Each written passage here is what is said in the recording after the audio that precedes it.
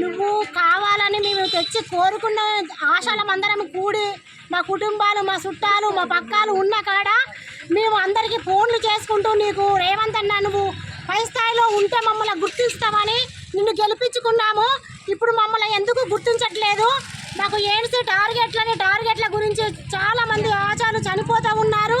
Target గురించి మేము ఇట్లా మాకు సబ్ సెంటర్ డ్యూటీలు అని వేస్తున్నారు. సబ్ సెంటర్ డ్యూటీలు కూడా తక్షణమే తొలగించాలి. మేము సబ్ సెంటర్ డ్యూటీలు తీస్తే విలేజ్లో ఏం జరిగేది మాకు ఎట్లా తెలుస్తుంది? విలేజ్లో తిరిగే వాళ్ళం, మేము విలేజ్లో తిరగాలి. అట్లాంటి వాళ్ళకు సబ్ సెంటర్కి వచ్చి సబ్ సెంటర్ ఫోటో పెట్టాలని మమ్మల్ని వాదిస్తున్నారు. దయచేసి మీరు మమ్మల్ని గుర్తించుతారని మిమ్మల్ని మేము పైకి తీసుకొస్తే మమ్మల్ని గుర్తించడం కాదు, మమ్మల్ని ఇంకా కింది స్థాయికే తీసుకొచ్చారు. 2 నెలల జీతం మీరు వచ్చిన నుండి మమ్మల్ని జీతం ఆపి మా పిల్లలకు చదువులు ఆగుతున్నాయి, ఫీజులు ఆగుతున్నాయి. ఇళ్ళల్లో కిరాయికున్న వాళ్ళకు కిరాయి కట్టుకోలేక వాళ్ళు బాధపడుతూ ఉన్నారు.